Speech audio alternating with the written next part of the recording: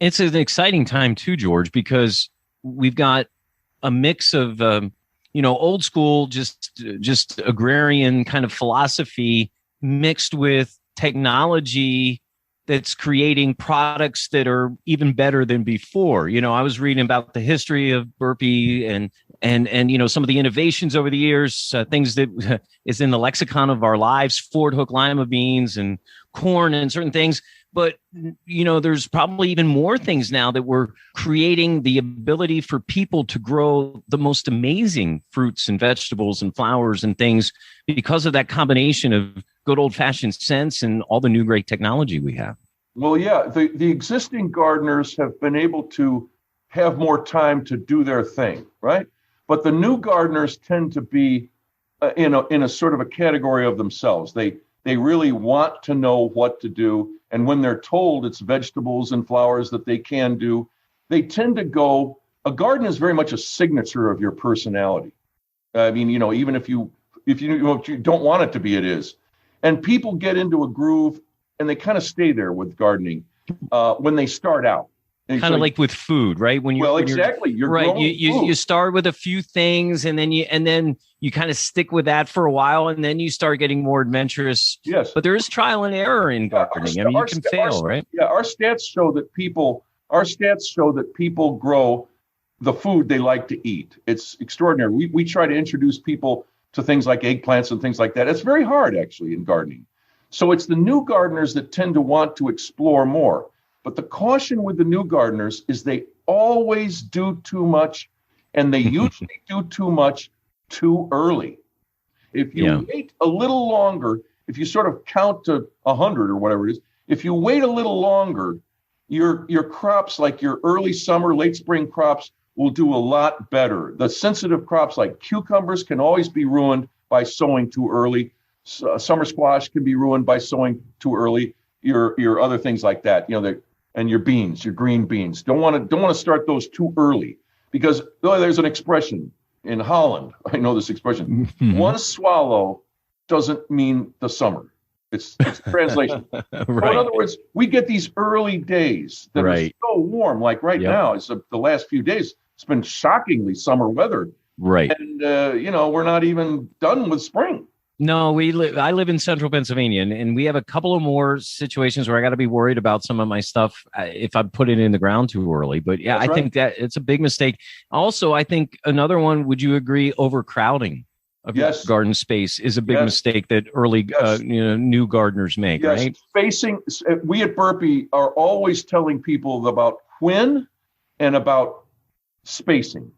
So it's always the when that disappoints the gardener. They're either too early, too late. And then the crowding is a function of wanting to do too much. There's just this, I want to cram my garden when I'm a new gardener.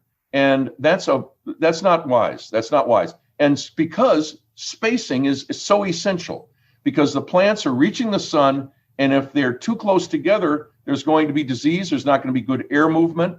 There's not going to be enough light in the bottom half of the plants. And you're going to have a negative experience. You're going to have a bad experience.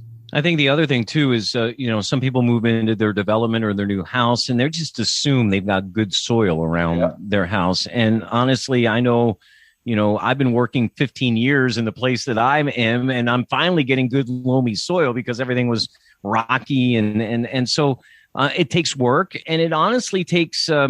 Maybe some advice from people around your area to kind of give you, if you know someone that does a greenhouse or whatever, they will have good advice in terms of time and quality of soil and what side of the house to put things on. That's another big thing. When does it get the sun in right? Yeah. And I think the general context for new gardeners that's a good thing to think about is to think about the world as a sort of like a machine, if that makes any sense.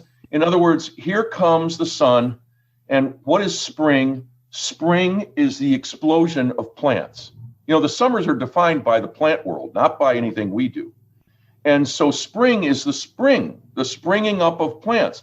And the summer is when those plants are no longer exploding, and summer suggests the summit. In other words, you reach a level upcoming here in June 20, you reach a level where the plants are not exploding anymore.